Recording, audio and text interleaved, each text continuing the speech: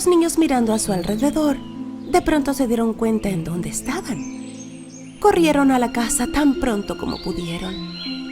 Al ver a sus hijos, el padre estaba lleno de alegría. Con lágrimas de alegría, les explicó cómo su madrastra había regresado a casa de sus padres poco después de haberlos abandonado en el bosque. Y cuánto lo sentía por todo lo que había hecho, y cómo tras buscarlos sin descanso no podía encontrarlos. Los niños amaban mucho a su padre y lo perdonaron.